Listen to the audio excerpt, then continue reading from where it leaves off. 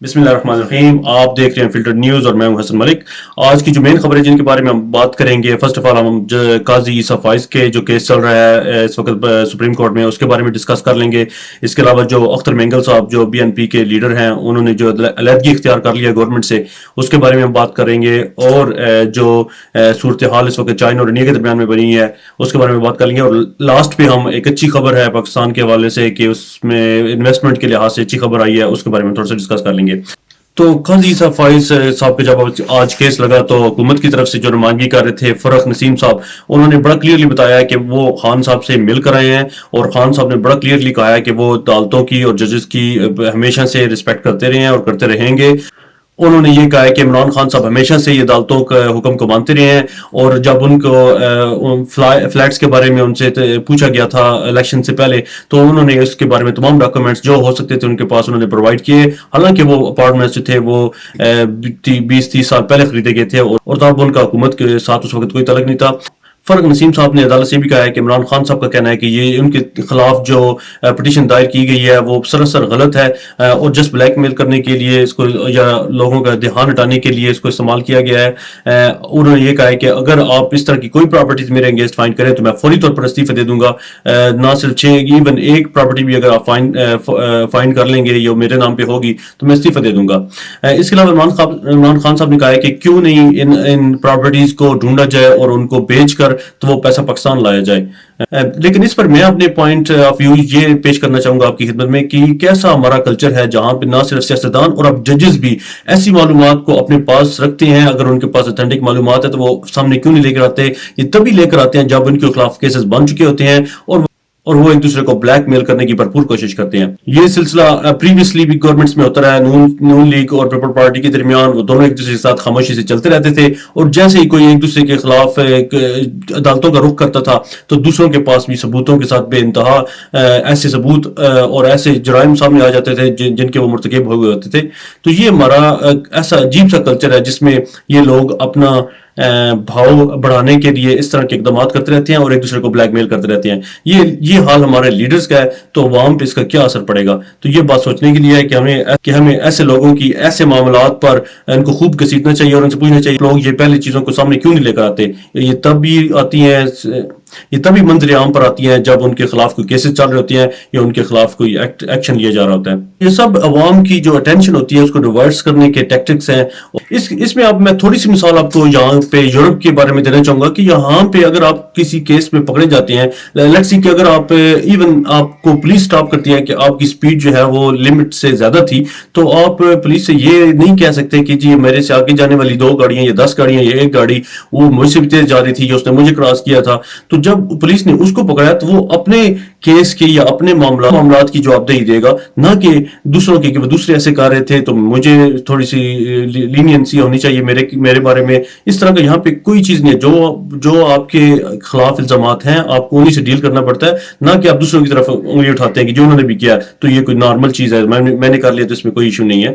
तो इस तरह की जो कल्चर हमारा ये लीडर्स हमारा डेवलप कर रहे हैं इसको बिल्कुल रोकना चाहिए और हमें इसको बिल्कुल मीडिया में इनको घसीटना चाहिए इनके ऐसे एक्शंस पे जिससे ये हमारी सिर्फ तवज्जो जो होती है वो दूसरी तरफ डाइवर्ट कर देते हैं। और जो अफवाहें जहांगीर तरीन के बारे में फैल रही थी मीडिया में कि वो नवाज शरीफ से मुलाकात करना चाह रहे हैं और नवाज शरीफ ने हामी भर लिया या उन्होंने इनकार कर लिया, मुख्तलिफ किस्म की क्या सराइयां इस वक्त मीडिया में गर्दिश कर रही थी। तो आज मुबशर लुकमान के प्रोग्राम में उन्होंने इस बात को क्लियर कर दिया कि उनकी जहांगीर तरीन साहब से बातचीत हुई है और उन्होंने इस चीज को बड़ा क्लियरली वाज़ेह कर दिया कि ये सब क्या सराइयां हैं, ऐसी कोई बात नहीं है कि ना उन्होंने नवाज शरीफ को फोन किया और ना इसमें वो दिलचस्पी रखते हैं कि उनसे वो मुलाकात करें। तो ये सब क्या सराइयां। और उन्होंने कहा है कि वो उस इमरान खान को कभी भी उनके बैक पे छोड़ा नहीं घूम पेगे जिसके साथ उन्होंने इतनी मेहनत की, बल्कि हुकूमत में लाने में सबसे अहम किरदार था जहांगीर तरीन का था, जिन्होंने वो अपने जहाज में बार बार के वोटर जो हैं वो इमरान खान के पास पहुंचाए बनीगाला में और उससे उनकी हुकूमत बनी।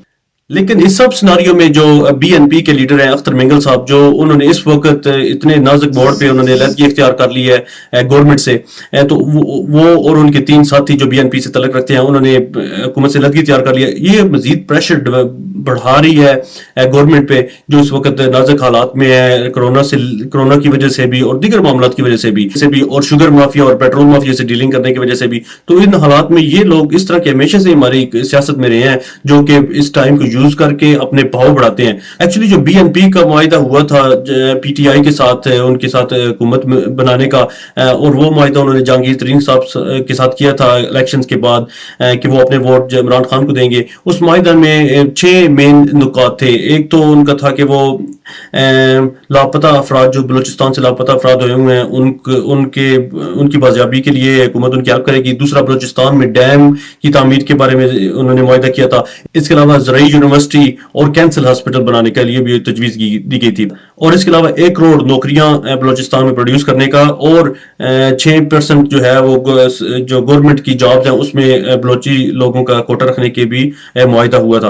اور آلسو موبائل فون کے نیٹ ورکس اور انٹرنیٹ کی سہولیات کا بھی معاہدہ ہوا تھا. لیکن پی ٹی آئی کی گورنمنٹ اب اس معاہدے کو بھرپور طریقے سے انجام نہیں دے سکی, بلکہ اس میں بہت ہی سستی اور کاہلی دکھائی ہے. تو اس طرح کی کوئی ڈیولپمنٹ نہیں ہو سکی. تو اس وجہ سے اختر بنگل صاحب اب گورنمنٹ پہ پریشر ڈال رہے ہیں. ابھی دیکھیں کہ وہ سنسیئرلی طور پر گورنمنٹ سے علیحدہ ہونا چاہ رہے ہیں یا صرف اپنے بھاؤ بڑھانے کے لیے وہ گورنمنٹ سے علیحدہ ہوئے ہیں. ابھی ریسنٹلی بی این پی نے 25 ارب روپے کا جو پیکج منظور کروایا تھا عمران خان صاحب سے ڈیولپمنٹ کے لیے بلوچستان میں.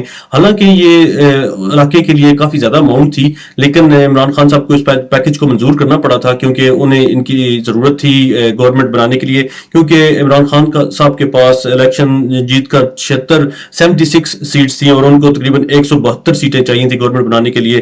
اس میں بی این پی کی صرف 4 سیٹیں ہیں, تو اس سے ایز سچ گورنمنٹ یا پی ٹی آئی کو اتنا خطرہ لاحق نہیں ہے.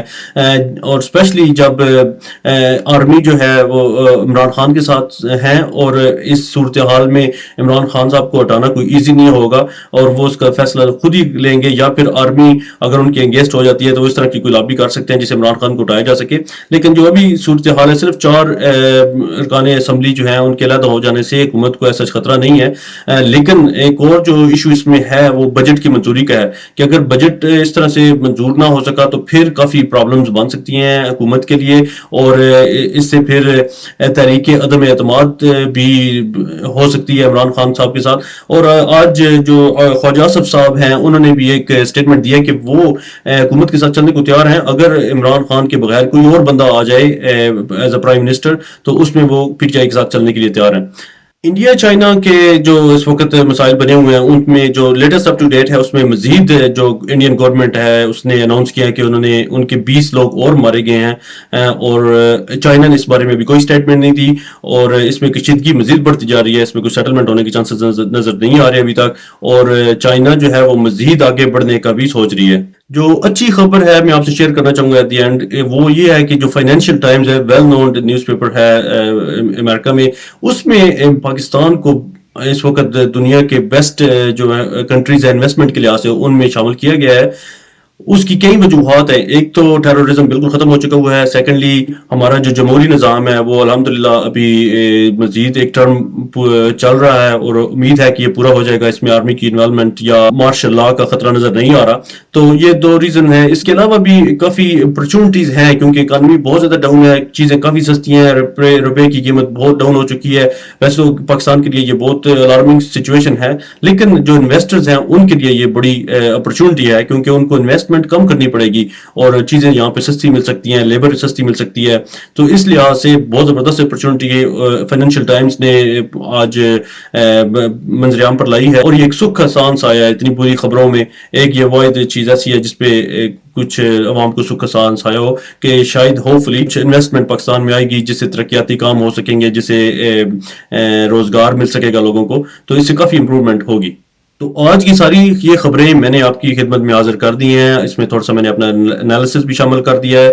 تو اگر آپ کو میری ویڈیو کا خلاصہ یا میری کوشش پسند آئے تو اس چینل کو سبسکرائب کر لیں اور اس کو اپنے دوستوں کے ساتھ شیئر بھی کریں.